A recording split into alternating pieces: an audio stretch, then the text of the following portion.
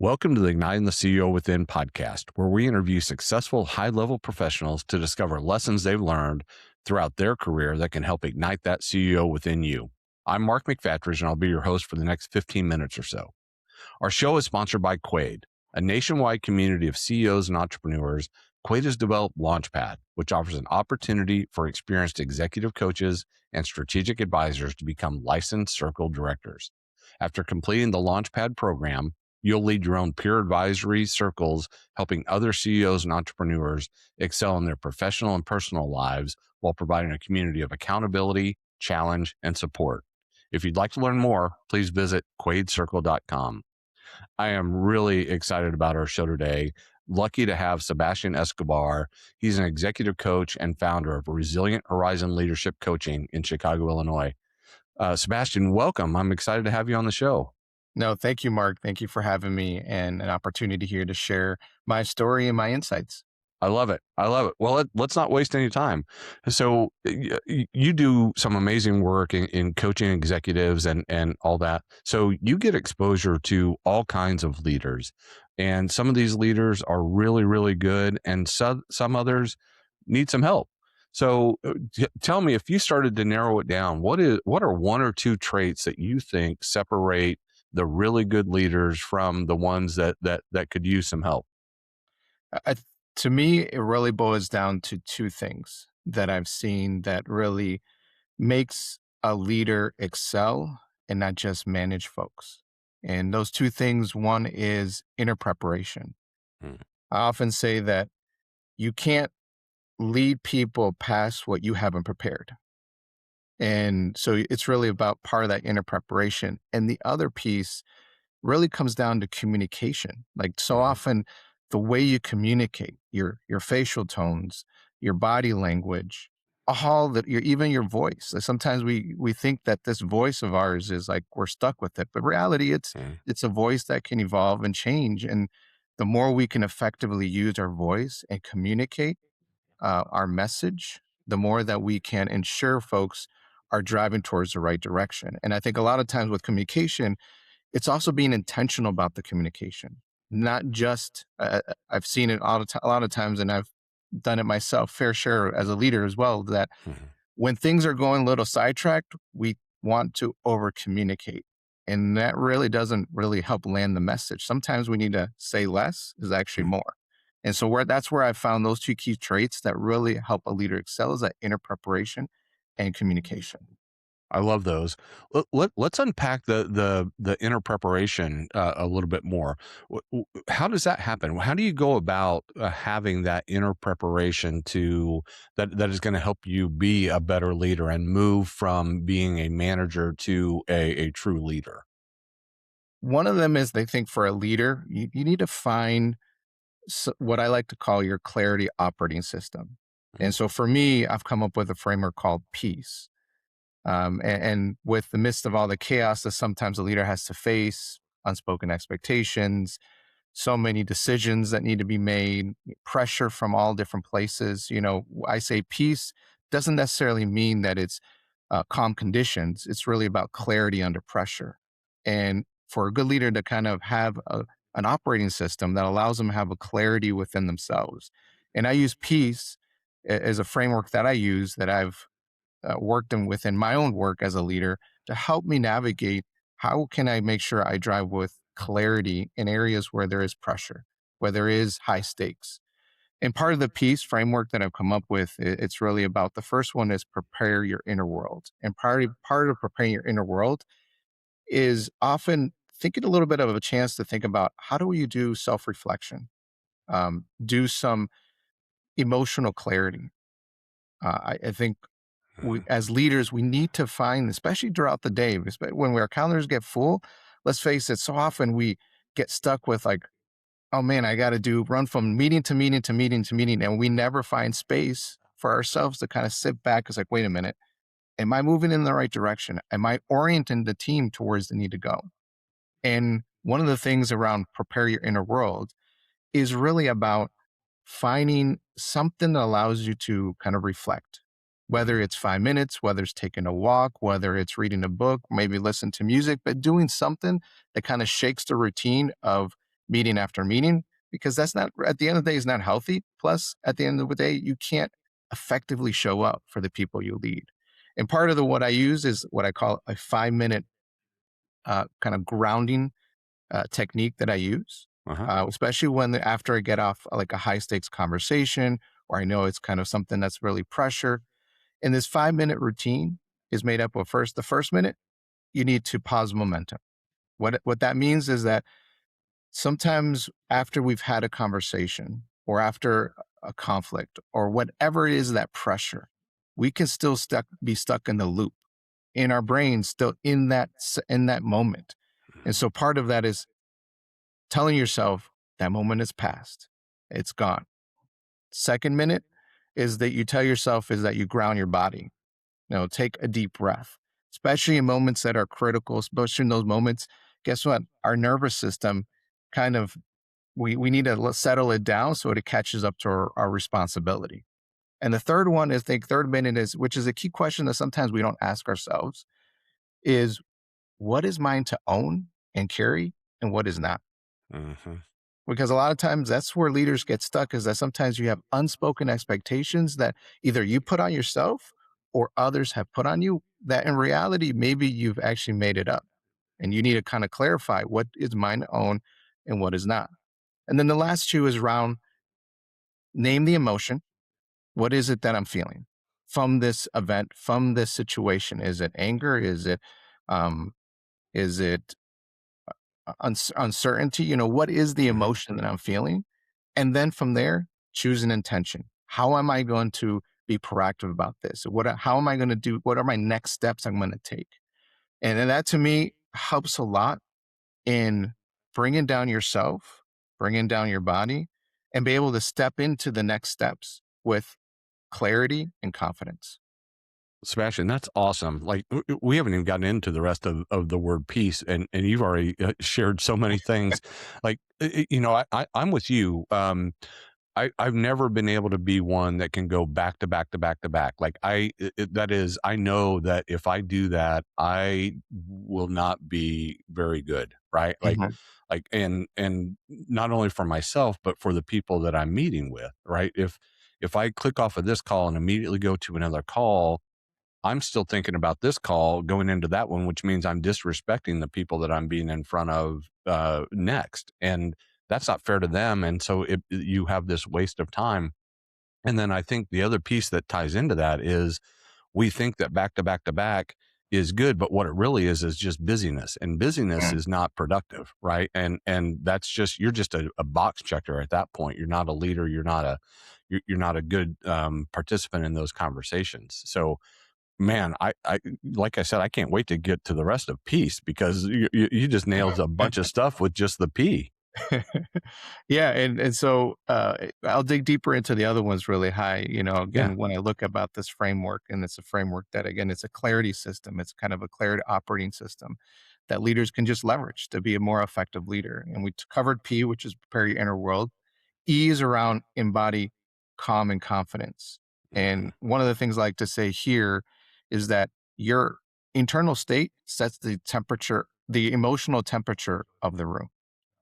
And anxiousness, when you're moving from meeting to meeting, let's face it, sometimes you're feels like you're running. Hmm. And that reverberates with other people. They can feel it. And so a lot of times we need to slow ourselves down so that way calm is contagious. And one of the leaders that I also found very effective are those that can kind of be calm in high stakes situations, Yeah. be able to listen appropriately. And part of that is to embody that calm and confidence. But in order to do that, I have another little tool that I use, which what I call salt.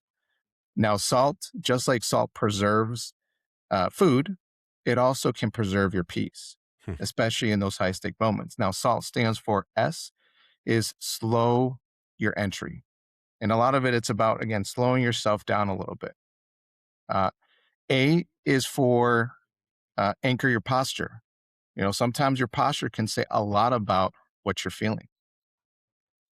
L is for lower your pace.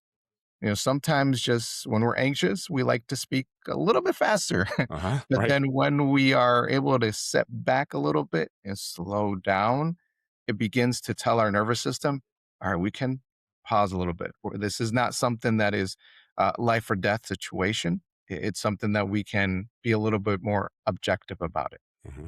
And then T, which is often a space where all leaders, we like to kind of say more than what we need to say, is trust the pause. Sometimes saying less is more, and sometimes allowing that silence is good, Yeah. because sometimes we like to fill that silence as leaders, but sometimes that silence is good to just calm yourself, but also even calm your team down. And from that silence, maybe some great ideas will come in terms of how do we navigate a high pressure situation. So that's E, embodied calm and confidence. Yeah. Um, A is align your communication, and I mentioned this before around A, that communication is so important. And part of communication, I always like to say, is that clarity is kind, but noise is not. And Mm. one of the things that's very important for leaders is to make sure that when we communicate with intention, we communicate with purpose, we communicate with the ability to inspire, and not to over communicate. And I think this is an area that as leaders sometimes we do over communicate. And I have kind of another simple hack that I've told myself when I come to communicating. How do I make sure I'm intentional about communicating? And then a lot of folks have used this kind of tool, which is called clarity based communication. And it's about asking yourself 4 questions in terms of when you're going to communicate, reflecting these things in your head is saying, all right, is this communication appropriate? And is it intentional? And those 4 things, there's one, uh, what's important? Why does this matter right now? What decision is required at this moment? And fourth, and this is a key one, because this is sometimes where we can communicate as leaders, but who owns the next step? Part of leadership is making sure there's accountability on terms of who is the next steps.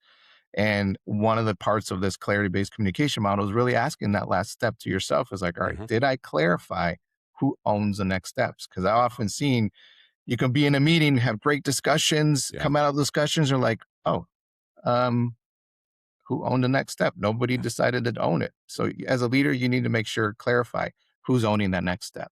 I think that's a really good point because you can be in a group and come up with a solution, right? Or a next step and whatever it is.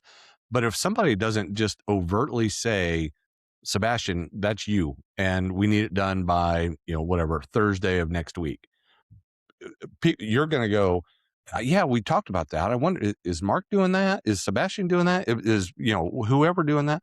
And I think that clarity is a huge piece of that. And I think sometimes we overthink it, Hmm. shockingly, right? That we overthink it, that, no, I was as clear as possible. And um I don't want to offend anybody by being so like, really doing. No, everybody wants direction, right? Everybody Oh, wants yes. clarity. And it's you're not being condescending. You're just for the good of the team saying, Sebastian, this is you own it, get it to us by next Thursday, whatever that is. So no, you are dead on, man. Yeah. And the worst about it is if you don't drive that clarity, what ends up happening, you rehash the same conversation probably a week or 2 weeks down the road, Yep. and it's a waste of time. Like, at the end of the day, we have to protect our time. Like, and by making sure you're clear who owns the next steps, you make sure that there isn't that rehashing of conversation. What you're really doing next time is really either following up or potentially giving an opportunity to coach if there's an opportunity to help that person in terms of that owns the next steps. How do we keep moving forward? So it Yeah. just puts you in a better situation. One thing that you mentioned, which is leads into the next part of the peace framework, which is cast your vision, and it's around direction. Mhm. And I think that's the other key thing a leader needs to do well is casting your vision. But one of the things with vision that sometimes we get trapped to as a leader is that we think it needs to solve all the answers. Mhm. Certainty is really rare, but direction is leadership. And really, casting your vision is all about orientation, Mhm. is helping understand where are we going. And one of the mental hacks I've also kind of told myself within casting a vision, I use a leadership horizon map. And horizon one is being honest of where we are right now, because there's a lot of things that sometimes you need to remove currently before you can actually build to where you're going next. Hmm. Then horizon two is, all right, what are we building to next? What is where we're trying to land the plane in terms of what we're doing as a team, as a group, as an organization? Where are we landing the plane?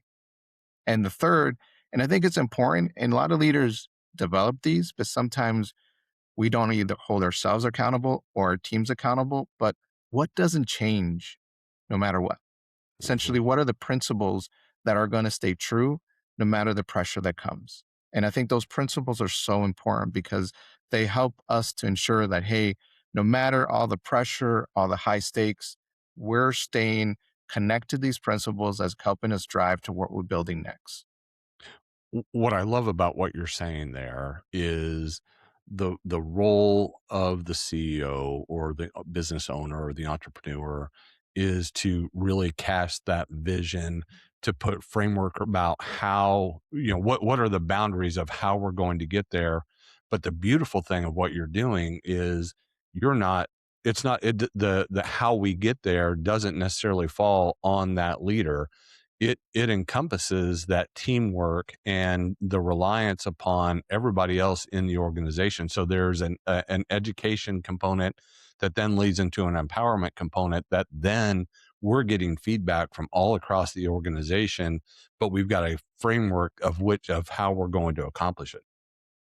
Dude, you are nailing it. This is awesome.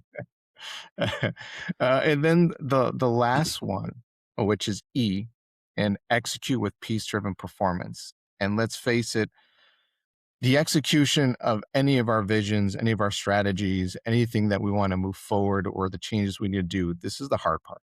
This is where often I find if you haven't done some of the initial steps, you're going to get exposed as a leader because execution is hard and it's difficult.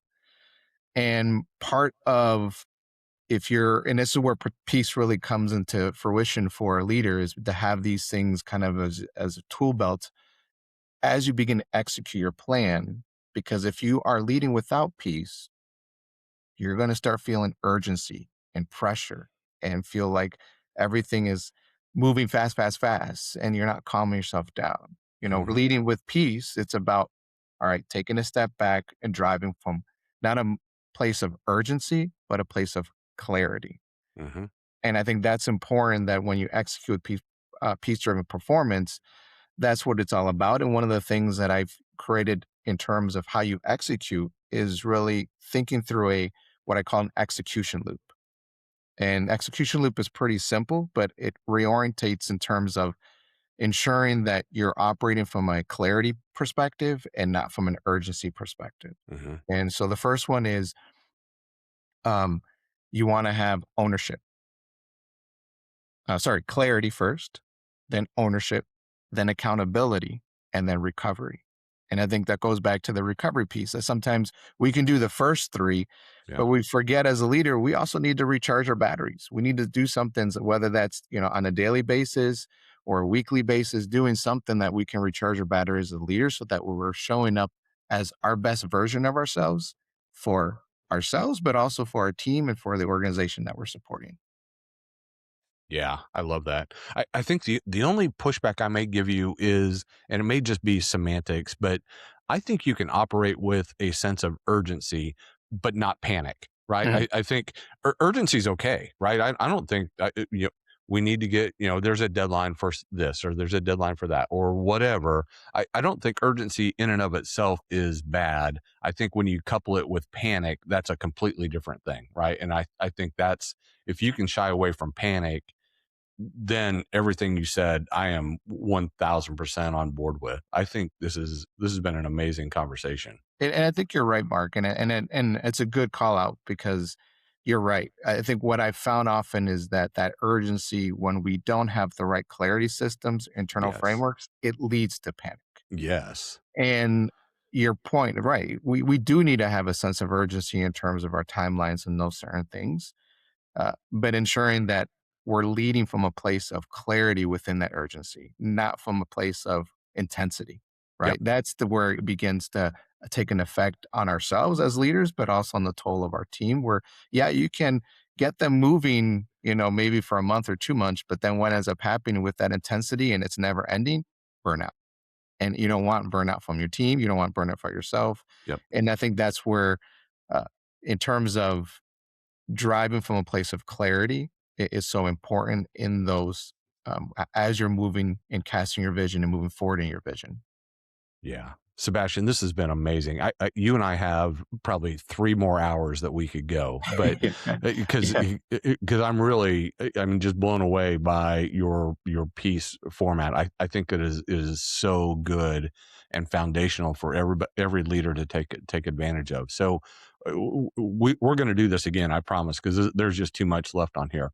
So as we start to wrap up, though, the one thing I want to go back and I want to make you think. I want to think about your 21-year-old Sebastian, Right. and I want you to think about one thing that you've learned over the years that you wish 21-year-old Sebastian would have known.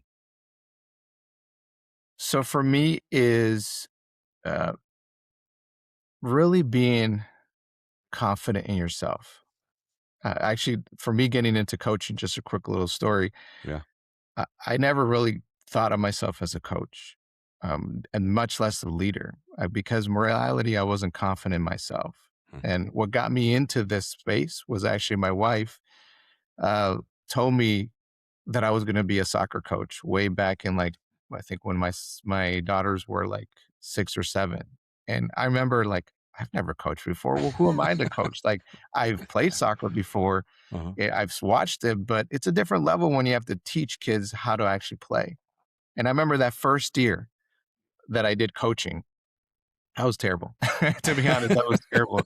I probably said the wrong things, instructed the wrong way, but what left a lasting impact and what made me continue getting better at this was seeing the change over time of the kids. Even though I was imperfect as a coach, I still saw progression. I saw some of the kids get much better, and I saw the lasting impact that ability to make a change over time. And I think when I look back to myself, back in my 21-year-old self, I would tell myself, have more confidence in yourself Hmm. and take risks and put yourself out there.